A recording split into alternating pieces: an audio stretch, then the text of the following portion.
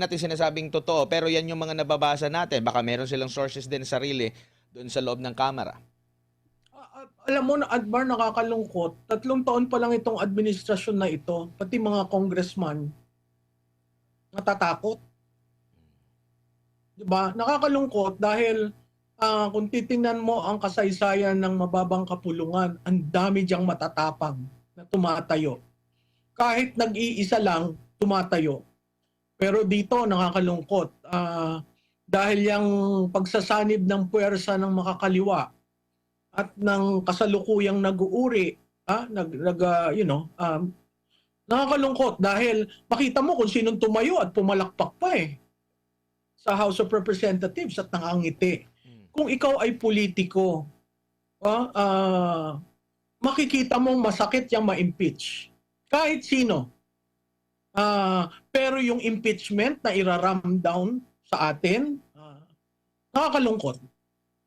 Opo. Mayroong sinabi dito si Congressman Sid Ungab, the impeachment moves in the lower house is a futile exercise. Congress will be in recess starting tomorrow. This is a diversion from the real issue, which is the anomalous budget process as shown by the 28 blank items in the BICAM report. No? At kapansin-pansin na kung pagbabasehan mo yung mga interviews, mga ambush interview dun sa mga congressman, parang alam mo yung parang biglaan sila na pinatawag. At the same time, after ito, nung nagkaroon ng utos ang Korte Suprema na kunan ng pahayag. Sa nakikita mo, ganito rin ba? Diversion, matabunan yung issue para ito yung lilitaw, Prof?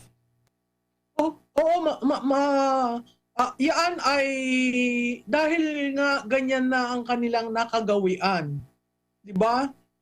Magda-divert, magsisimula ng ibang issue para makalimutan. Sa tingin ko yung sinabi ni Congressman Ungab ay nagpapakatotoo lamang dahil sa 3 taon natin dito sa administrasyon na ito, abay lahat halos ay diversion. Hindi hinaharap ng harapan ang problema, 'di ba? Ano ba ang pinanggagalingan ng kanilang impeachment ay ang confidential fund. Sinagot na yan ni BP. Nagkaroon na ang COA. Hinihintay na lang natin ang final.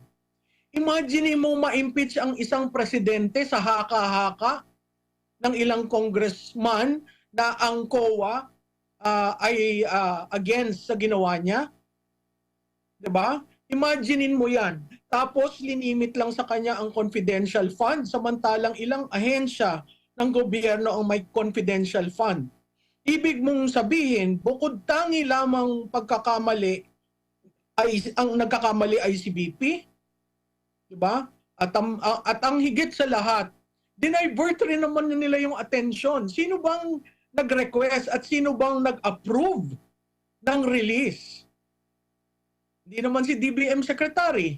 Hindi ba ang presidente? So, babalik ulit tayo. Paano naging impeachable na inapprove ng Pangulo ang pagbibigay ng confidential fund at ang i-impeach ay ang Vice Presidente? Parang hindi logical yung nangyaring yan. Be that as it may, nakita naman nyo si BP Sara, hindi nagsasalita for the past few days.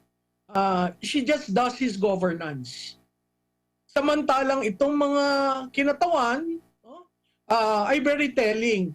Alam mo, Admar, ang isa pang signos na may blessing ito ng Pangulo mismo, meron silang inoffer dun sa options na binigay sa mga congressman.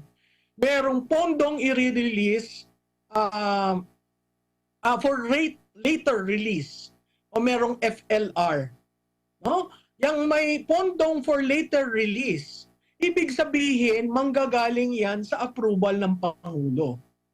So ang tanong ko, Mr. President, nagbago na ba ang desisyon mo na sabi mo hindi ka for impeachment? At pinapatigil mo yan? At kaya ang iglesia at ang iba pang mga Pilipino ay sumama para mag-register ng opposition sa impeachment. Nagbago na ba, sir? Kasi meron dinanggel kanina na for later release na pondo. Yan pwede lamang ma-release kung aaprubuhan ng Pangulo. So merong